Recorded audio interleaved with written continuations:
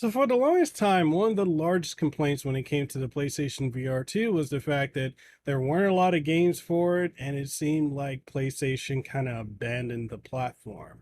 While I was one of the very few people that kind of railed against that, I also was someone who realizes that PlayStation will be PlayStation. And even though I'm a PlayStation partner, which means I do get free access to certain things, I can still be very impartial and talk realistically about this.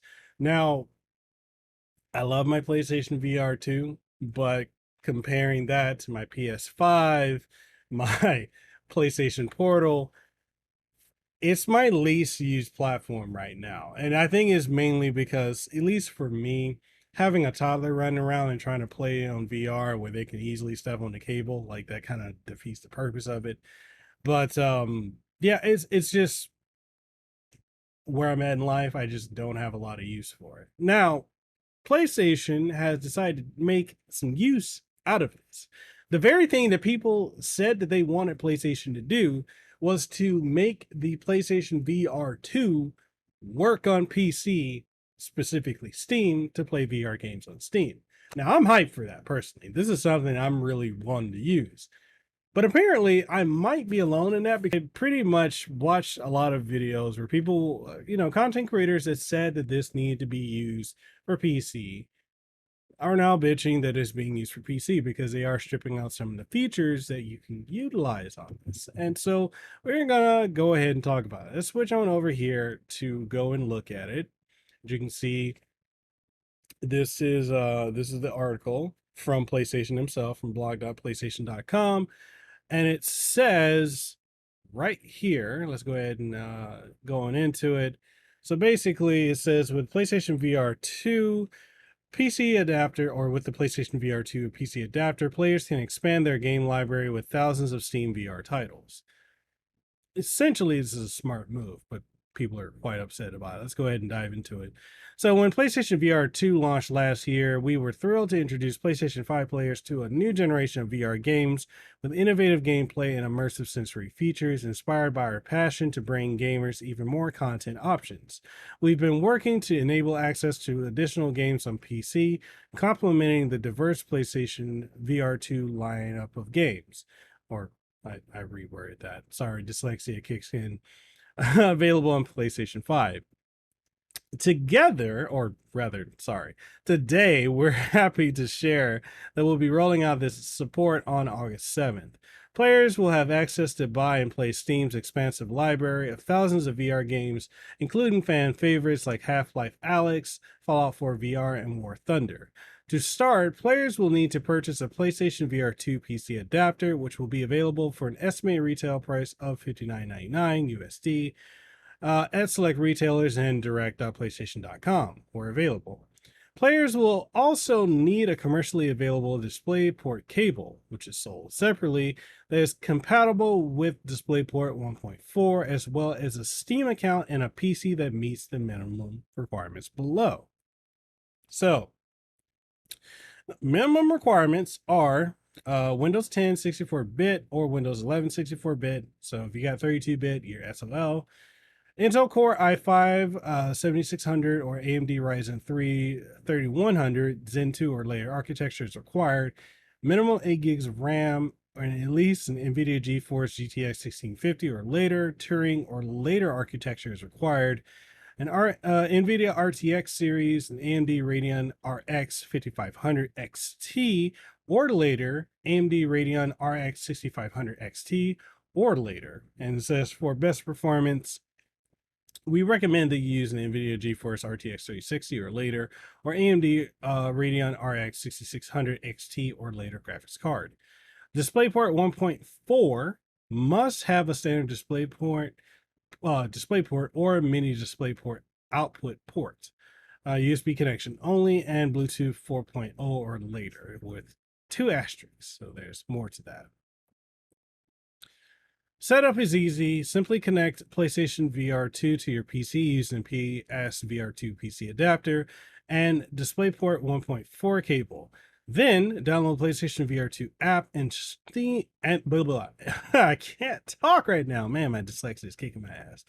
Then download the PlayStation VR2 app and SteamVR and SteamVR app from Steam. This will allow you to set up PSVR2 on your PC, customize your settings and play area, and start purchasing and playing games in SteamVR. As with all PC gaming technology, performance may vary on your PC setup, including system compatibility and the quality of your DisplayPort 1.4 cable. Please ensure your setup meets the minimum requirements, which are SteamVR titles also have individual system requirements, so please refer to game information on Steam. Okay, don't see any issues with this. All right, feature differences with PSVR2 on PlayStation 5.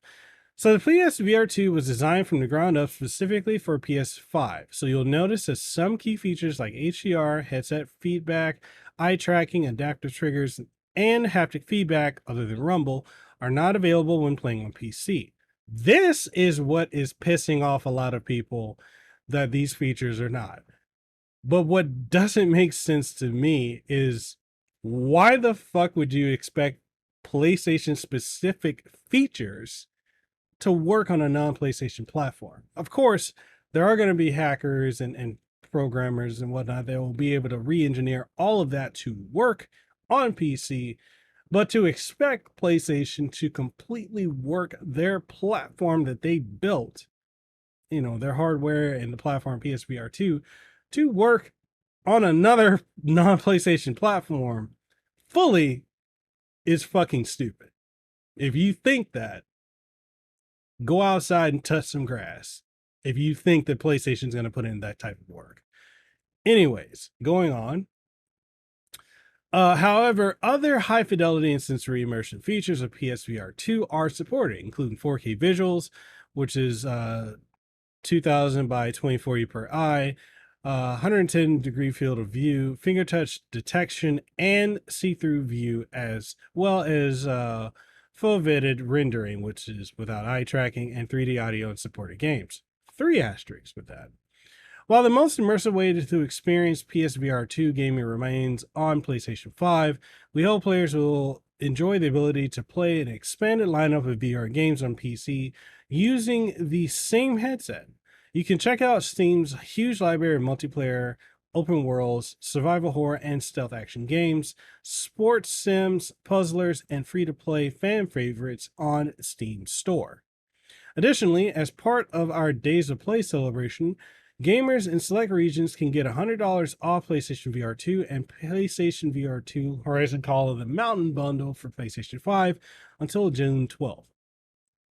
Be sure to check direct.playstation.com, select markets, and participate in local retailers, as offers and promotion dates may vary by region. Okay. And then you see the asterisks. All right, so let's go back to this, right? Okay, so here's the thing. I find it more interesting that they haven't done what needs to be done and allowing the PlayStation VR 2 to play PlayStation VR 1 games. I understand there's slightly different technology, but PlayStation could easily rework it so that that could be playable. That is the only big complaint I have, because I have a catalog of PSVR 1 games that I would like to play, but I can't because I don't have a PSVR 1 anymore, and 2, they don't work in PlayStation VR 2. So I don't know. I feel like it should be a no-brainer to make PSVR 1 games playable on PSVR VR 2, and it's just not a thing yet, which is ridiculous.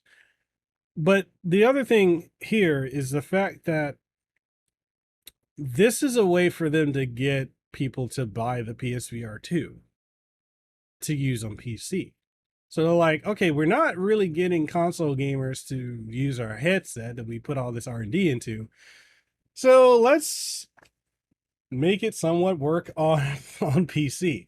That to me makes sense. I don't understand why people find that to be very difficult or to understand. It's a very practical thing to do. Like, it just makes sense to make that available. I'm not mad at PlayStation for what they're doing with that. I think it works. Now, handicapping it by taking out a lot of the specific features, this again goes to the whole idea of what PlayStation, with the state of play what they did the other day, where they said that, hey, yeah, play these games on PC and play their sequels on PlayStation 5. It's the same type of messaging. And if that bothers you still, I don't know what to tell you, but it's really not that big of a deal. Anyways, I personally think I'm gonna get more use out of this by being able to play on PC. I haven't had a PC VR setup in years. I think I had the Valve Index. No, I didn't have the Valve Index. I had the HTC Valve. I think that's what it was. Back in 2016, 2017. And I haven't had a PC VR setup since. So being able to actually get more use out of this and play my PC VR games, I'm actually happy for it. And the fact that I can also play Half-Life Alyx. I have not played that VR game, but the fact that, you know, if I can play that on it, damn right I'm gonna use it. So I don't know. I'm kind of hyped about it. I'm not gonna be one of the people that's just gonna make a video bitching about it like so many people do on these platforms, because apparently that's just the way you get traction. Or no, I get traction because that's what people are looking for. Um, Not so much as informative videos, but videos bitching about things. But anyways, I'm excited for this. I'll definitely be covering this when this comes out, but why don't you guys let me know what you think in the comment section down below. Is this something you're considering picking up? Is this going to make you actually use your PlayStation VR2? Whatever your thoughts are, let me know in the comment section down below. And yeah, I'll catch you guys on the next one. Stay safe, be blessed, have a aloha, and I'll see you on the next one. Peace out, and ahoy ho.